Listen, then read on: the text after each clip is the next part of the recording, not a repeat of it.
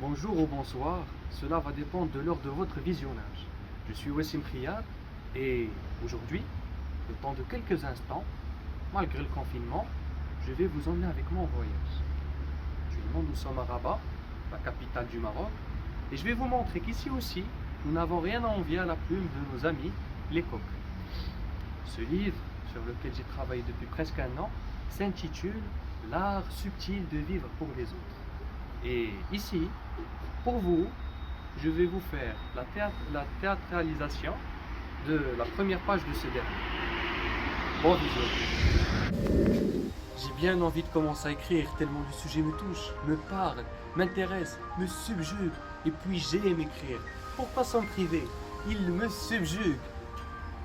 Attendez, je vérifie une seconde la définition du mot subjuguer sur internet.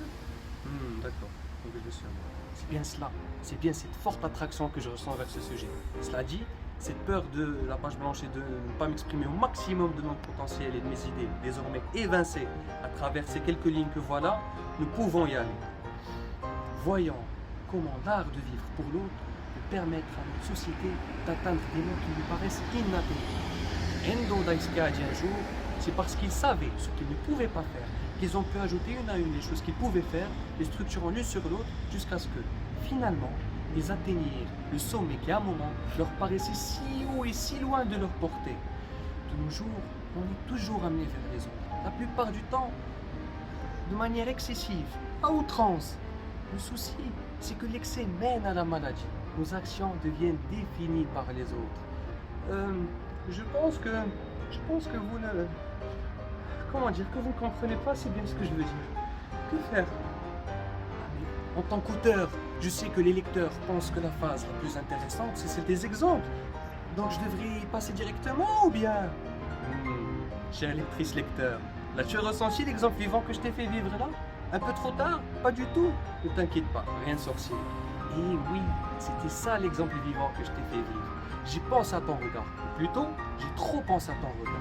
En conséquence, cela m'a poussé à vouloir passer de la didactique, information, exemple, généralement adopté pour expliquer une idée, par la didactique, exemple, information, qui devrait plus te plaire. Vois-tu ce que j'insinue par nos actions sont définies par l'autre? L'autre vient altérer ta vision. Plus que cela, il vient t'imposer des choses et t'en interdire d'autres en prétextant que c'est pourtant bien.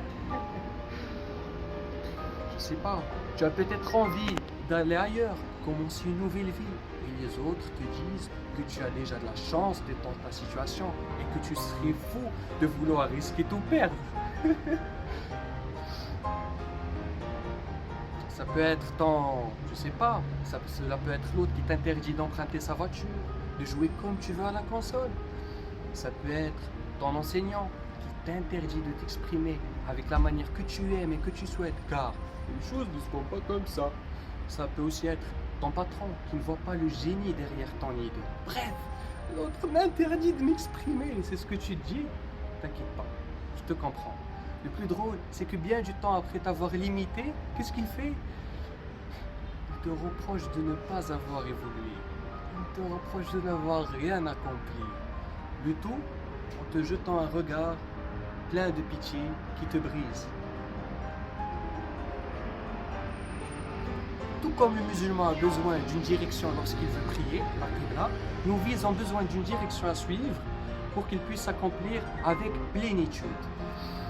Si l'on ne prend pas le temps de se la tracer soi-même, l'autre se charge de la tracer pour nous. Vivre, c'est vivre pour les autres. Vivre, c'est vivre pour les autres.